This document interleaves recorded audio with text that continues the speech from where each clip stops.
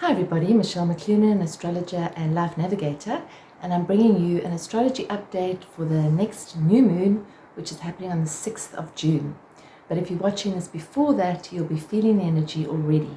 It's actually a very, very beautiful, loving new moon.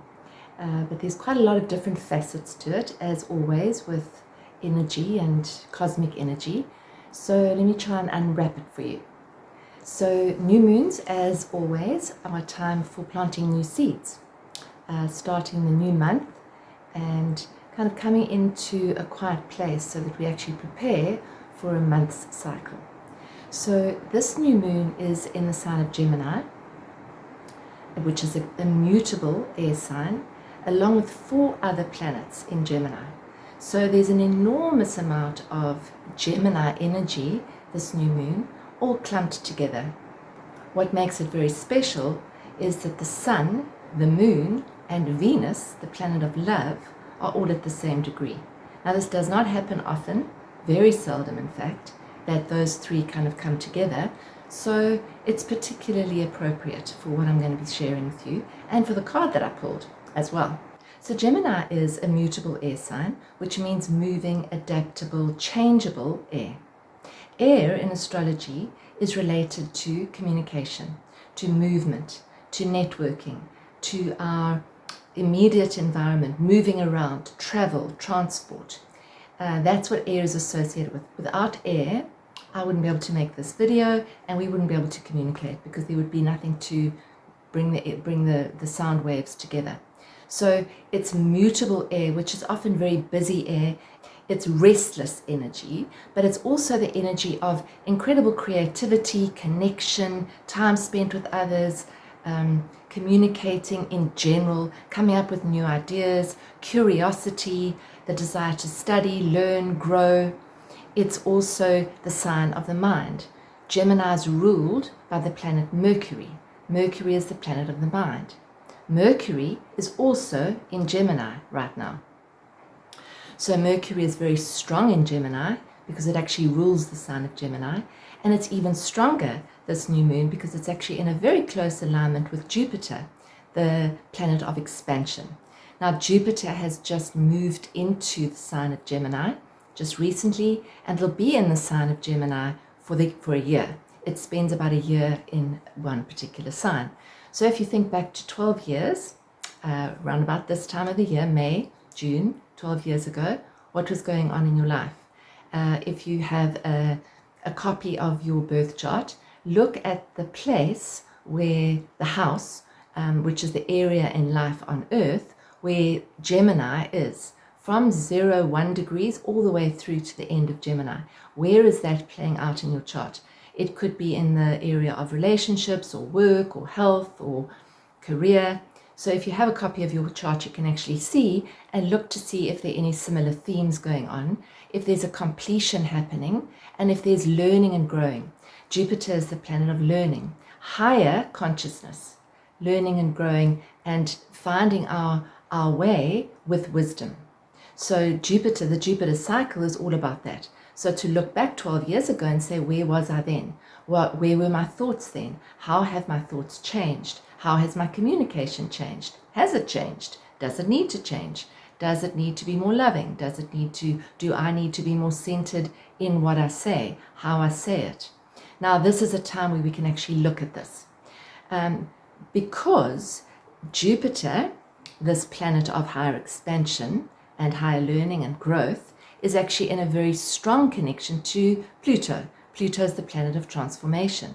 So with all this in Gemini, as well as Pluto in the picture in a very favorable aspect or connection to Jupiter, it's really allowing us to see the bigger picture in terms of particularly the way we communicate, the way we move. Do we move very fast? Do we have a lot going on in our heads? What are the stories that we tell ourselves? Because we are not the stories. We are the witness to the stories, but very often we think we are the story. So this new moon for me is saying, go to a higher level of consciousness and you can transform and transmute the stories you tell yourself, the inner dialogue as well as the outer dialogue. Now, helping us with that is that we have the sun, we have the moon, and we have Venus in Gemini, as I said. Now, Venus in Gemini is really, if you break it down, Venus is the planet of love. In Gemini, communication. So love-based, heart-based communication. Do we practice love-based, heart-based communication primarily with ourselves and with others? Venus and the sun together, loving of the self. Feeling into the moon, loving of the self. Feeling into love-based communication. Are we just talking without any knowledge of what we're saying, any connection with what we're saying? Are our words coming from a place of love, or are they coming from a place of fear? Very often they come from a place of fear, particularly when there's a lot of turmoil around. So we project whatever we're actually not connecting with ourselves onto others, or we project it inwards in self-hatred, lack of self-worth, doubt. So it seems to me, because of all of this beautiful energy, that Venus is really here to help us, this new moon, to really connect to a deeper way of communicating with ourselves, to really see that we are not our thoughts, and that we shouldn't believe our thoughts, not even for a second. We are also not our roles. We are not what other people think of us. We are the love that actually resides within us at the center of the wheel. And it's for us to access that quietest place instead of getting taken up with all the busyness, all the turmoil. In times like this that we find ourselves in, especially this time of the year, there's a lot of information coming in from a lot of different sources, a lot of differing opinions, a lot of duality. Gemini is a dual sign. It's the sign of the mind. And the mind, by nature of what it is a dual tool. It's the tool that helps us to see this and that, right and wrong, black and white, yes or no. So there's a lot of duality at this new moon. And if we can find a place in the middle of the duality, that actually brings us into that loving place. If we are caught up in the mind, constantly going left and right, backwards and forwards, getting caught up in the tornado, we're off center. And this new moon is definitely saying, come back into center. That's what I'm seeing in it. In addition to all these amazing alignments, which are very powerful, very powerful in terms of an evolutionary growth, in terms of the collective as well as the personal. So this is not all just about us. This is about the collective unfolding of higher consciousness. So now we look as well at the other part of this. So we have these energies in Gemini, this loving, beautiful energy, this ability to actually go within, to see our patterns, to see our thoughts, to recognize that we are not them. We are the essence which is constant and stable in the midst of all the movement. Okay, now in addition to this, the sun, the moon, and Venus are also in what we call a square to the planet Saturn. Now Saturn is the maturer planet. It's the planet who teaches us lessons. And Saturn comes along and says, okay, so reassess. Look at your communication. Look at the shadow. Look at your conditioning. Look at the same things that keep on happening, the same dialogue that you keep saying. And very, very possibly those dialogues might be coming up right now. This is an old dialogue that I've had for years. My mother used to say these words. My father used to say these words. My family have always said these words. They've always had this conditioning. And now I find myself saying these words.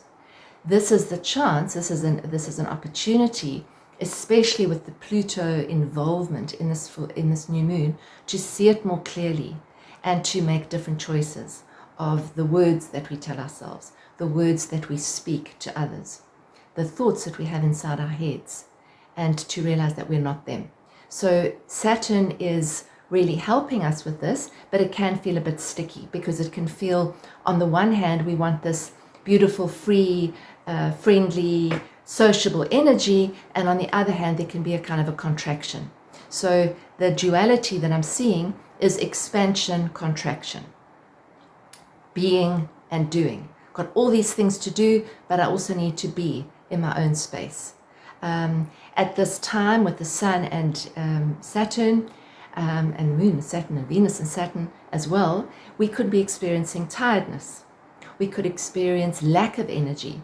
In the chart, the Sun is your vitality, and when Saturn's in a square to it, it can feel a bit heavy. It can feel a bit, I don't really have the energy to do all this doingness that I need to do. But then the mind will tell you, no, but you need to do all the doingness because there's all these things that you need to get in place and plan and strategize and look at and organize. So the way I'm seeing it is to really bring ourselves back into balance. This is a really, really good new moon to honestly sit down and look at what your mind is telling you.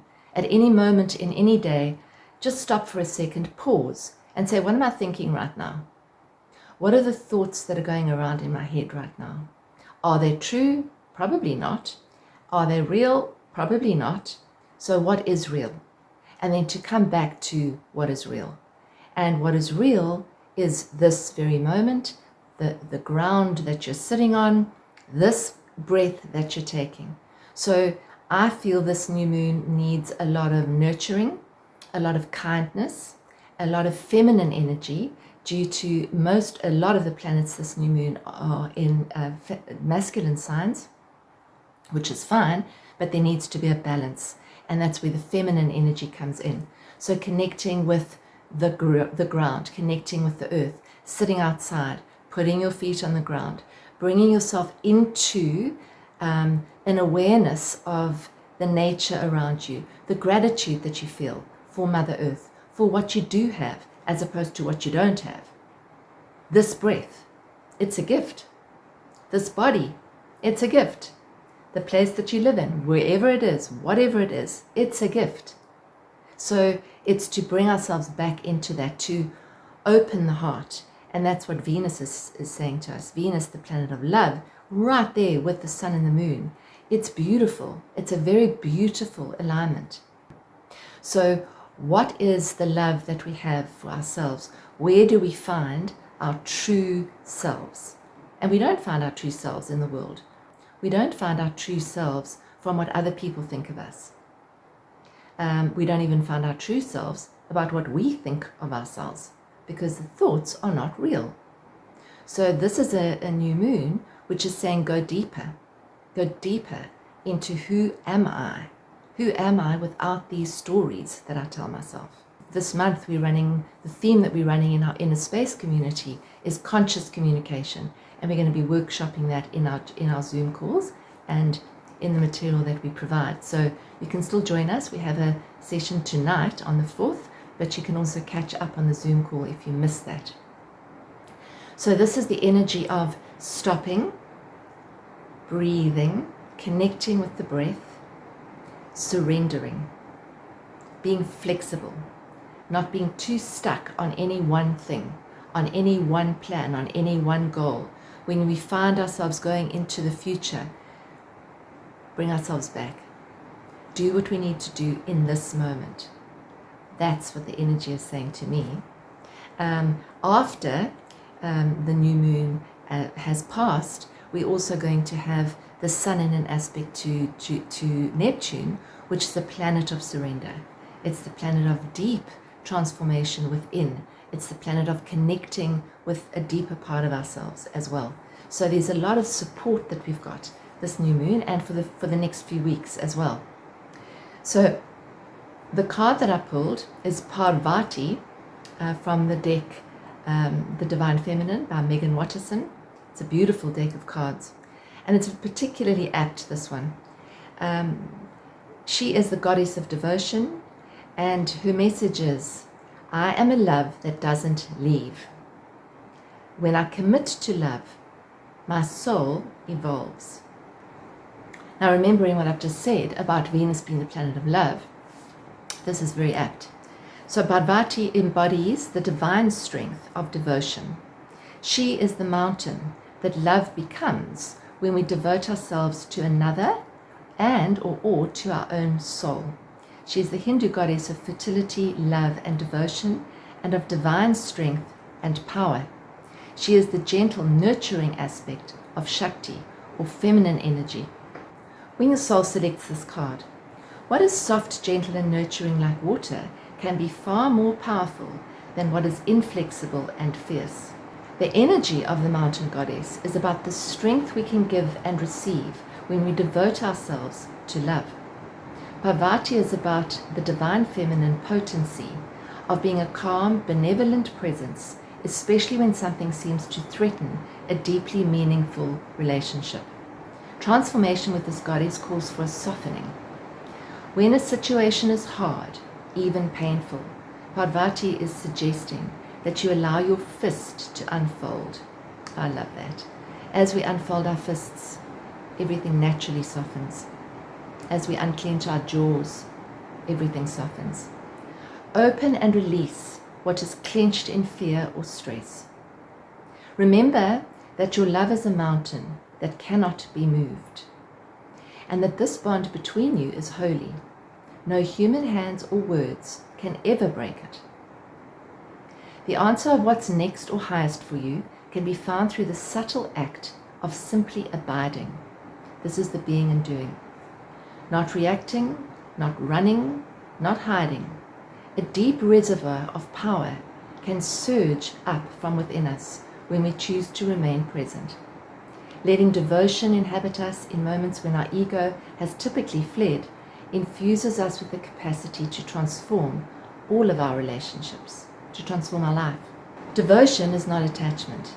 It's letting go of the illusion that you and this lover, this friend, this child or family member, this soul within you, can ever really be separate from you.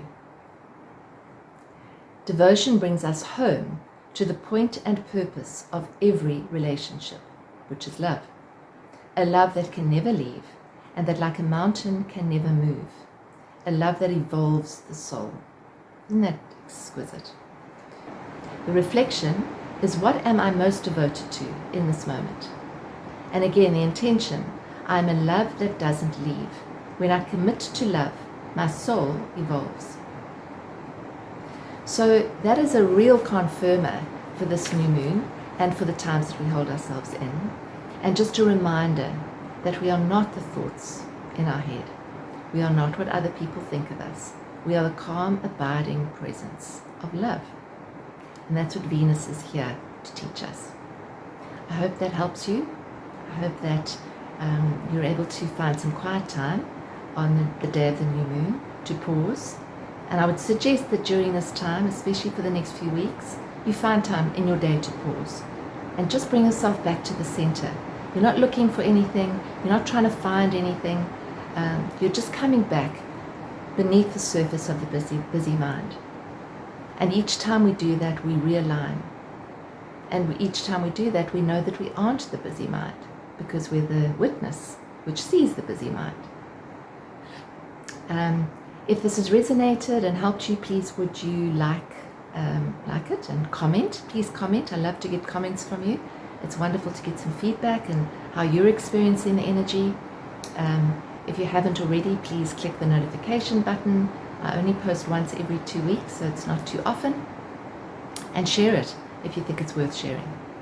So thank you very much for listening. If you'd like to book a reading to see how these very beautiful energies are playing out for you in your own birth chart, you're welcome to contact me through the link in the description below. Take care, lots of love, stay in the center, stay in the essence of love.